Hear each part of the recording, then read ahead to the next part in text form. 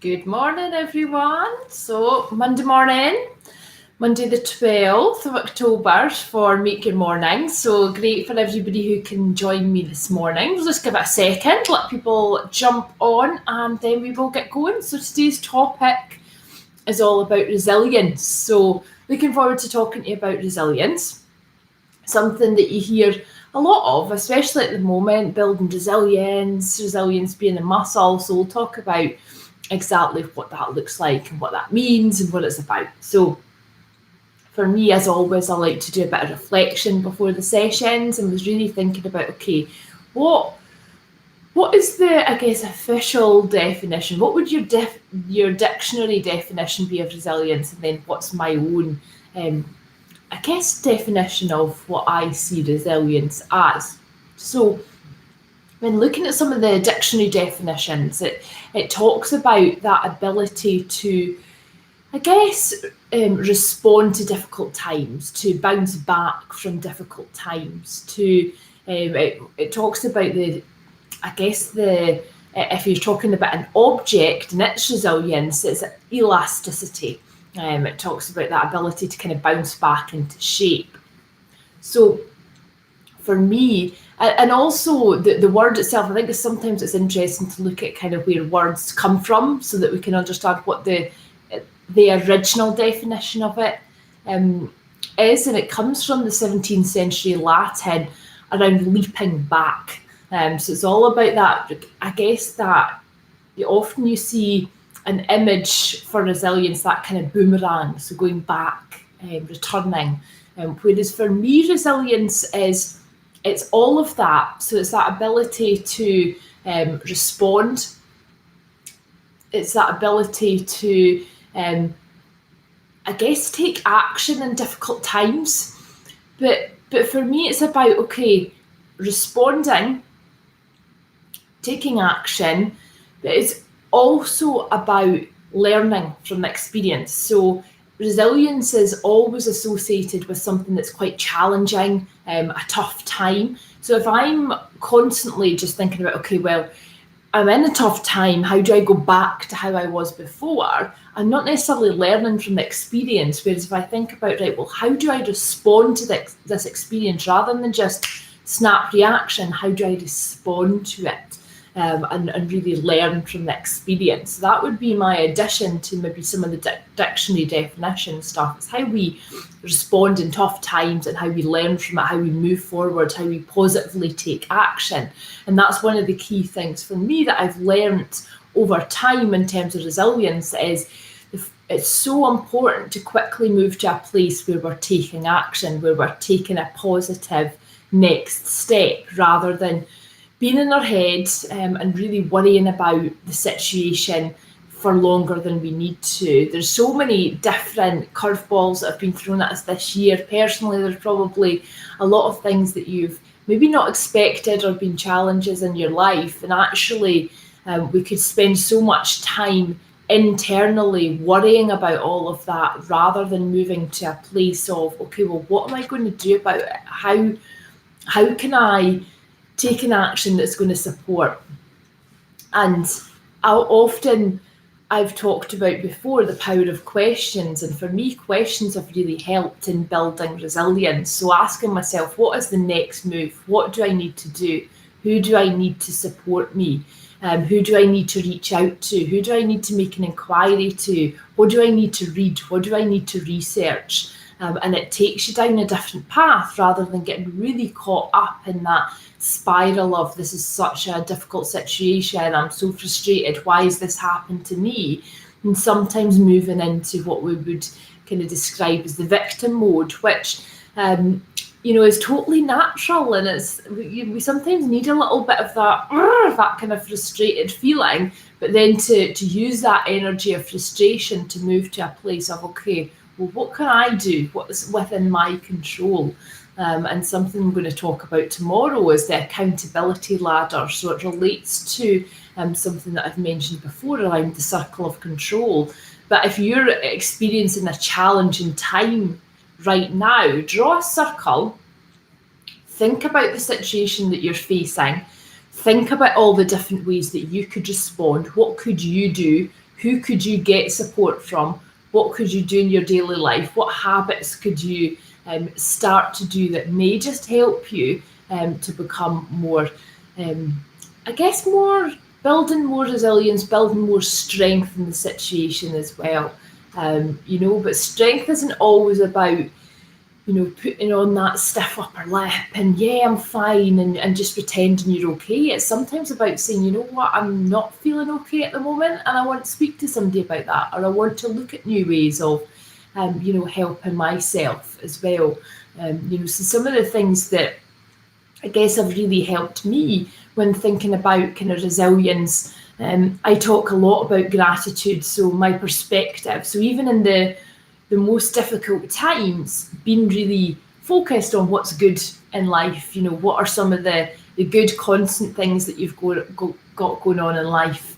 I like to journal, so to become aware of what's going on in my life, what my focus areas are, what I'm grateful for, but also asking myself the question, what am I wrestling with? What am I struggling with? And there's something about having a pen in your hand and just writing things down that can really help you to see different solutions rather than just always being in your head. I always think if there's too much going on up there, it could get really, really confusing. So how can we actually get some of that down on paper as well? So also becoming aware of what your triggers are. So what do I mean by triggers? So what are the things, what are the clues in your body that you can feel when you're maybe under pressure or when you're in a difficult time? So where does the stress manifest in its body to start with? Is it in your stomach? Is it in your chest area? Do you get tension headaches?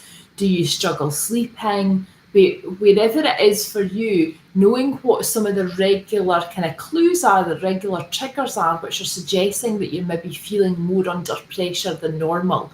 Because if we can identify quicker when we're in a situation where stress is building, rather than getting to a point where often what we do is we just keep going and keep going and keep plowing on. And if we don't stop sometimes and take stock and rest and relax, then usually what our body does is it does it for us. So we maybe become ill with something, might get an injury or whatever it might be. But I do believe that your body has a way of sometimes just stopping you in your tracks if you're not going to stop yourself. So becoming aware, what are some of the feelings that you get?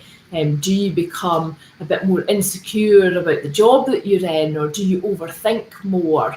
Do you question your ability? Whatever it might be for you, emotionally as well as physically, what are some of the triggers? And again, some of what I like to do when I'm kind of writing down reflections and things is ask myself, what are my energy levels like on a scale of 1 to 10? So if my energy levels are below 5, there's usually something going on for me that's maybe worrying me, concerning me, frustrating me, challenging me.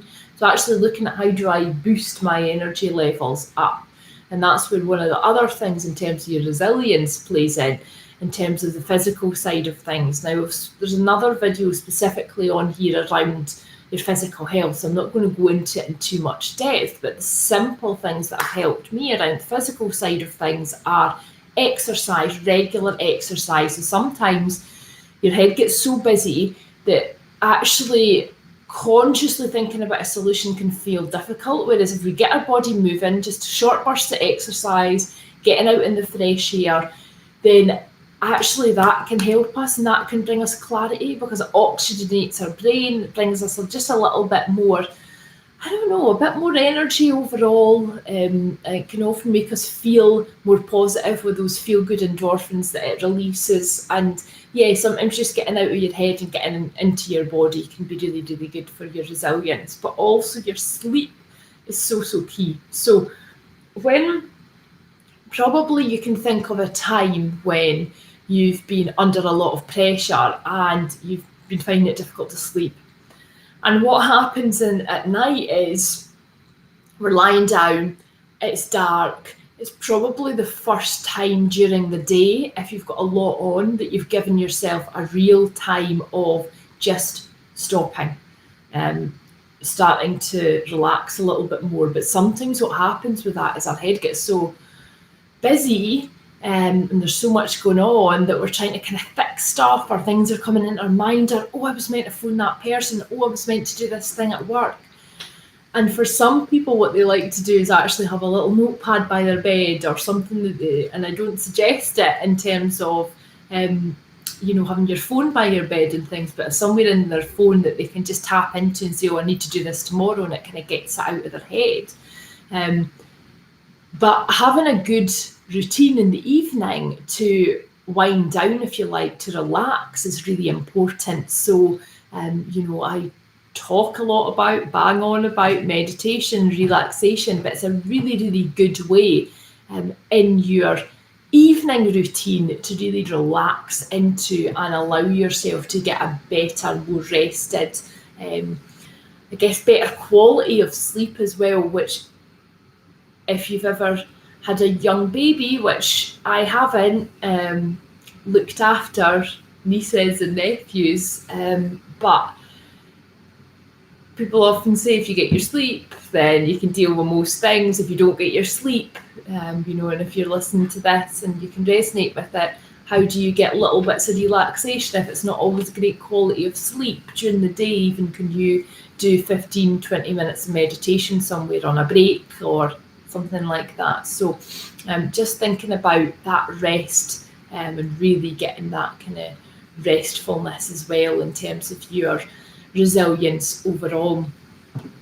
Another thing is, so we all have habits. So we all have things that we do that either serve us or sometimes don't serve us, but they're a habit and something that we repetitively do. So if we can become more aware of our habits, it can help our resilience, because if we can even just put in place one additional positive habit that replaces maybe a more negative one, then often a slight shift can really help. So if of an evening you're sitting watching TV on your phone, and actually you're getting a bit frustrated because you're a bit bored because it's kind of doing the same old thing every night, if you mix that up by just even maybe reading a book for 15 minutes or going out for a walk or doing something a little bit different, it's going to again just get those endorphins going. It's going to, just give us a different approach. We might actually get speaking about something, different to your partner or your children, or just really mixing it up for you. And I think for me, in terms of resilience, it's been over time just seeing at certain times there's things that really work. So at certain times, my energy level is really, really low. I often go to meditation first because it doesn't feel like, oh, I've got to make this big physical effort. Doing the meditation first often enables me to then go and do the physical side of things, go and do the exercise. Whereas at other times, I know straight away if I've had a really busy day and I've been attached to the screen, because a lot of the workshops I do are online and on screen, I'm like, I just need to get outside. I feel like I've been kind of staring at a screen all day, which is great. We can do things virtually, but I really do think over the next few months, one of the things that is going to be important is finding different ways other than just looking at a screen for doing things as well. So some of the things, like if you're on a phone call with someone, can you just get your headphones in and go for a walk? And both of you do a bit of a walk and talk rather than it just being on Zoom or just on the phone and you just holding the phone to your ear as well. So things like that, just mixing up what you do as well is a really, really good approach too. And as I said, tomorrow in the session, we're going to look at something that's called the accountability ladder. And it's all about our mindset and how we respond and how we take action and how we move to a place of, when times are tough, accepting the situation. Because a lot of the time what we do is we kind of put our fingers in our ears and we're like, la, la, la, la. It's not happening, and avoid. And then sometimes what happens is things build up and then get to a place where actually it's a lot trickier to make the right decisions. Whereas how do we take, I guess, accountability earlier? It doesn't mean that we're at fault for the situation. It just means that we're taking responsibility for our overall actions and what we can do as well. So a little bit of a starter to the week in terms of resilience, but think about, in terms of your life, what is one thing that you want to do that's maybe kind of grabbed you from the session this morning that you think, actually, that may help me to become a little bit more resilient? Is it resilience? Resilient. Is it that you want to look at your perspective, look at gratitude, look at journaling? Is it that you want to focus on embedding one new positive habit? Start small, start for a small chunk of time.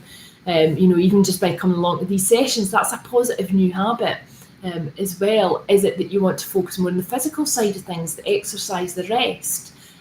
Whatever it might be for you, just picking up something from what we've talked about today, and starting off small and taking that kind of action forward. So enough from me. I'm kind of going over my 15 minutes here, so I will leave you here. If there's any resources you want, KarenBonner.com, lots of free resources on there to get you started.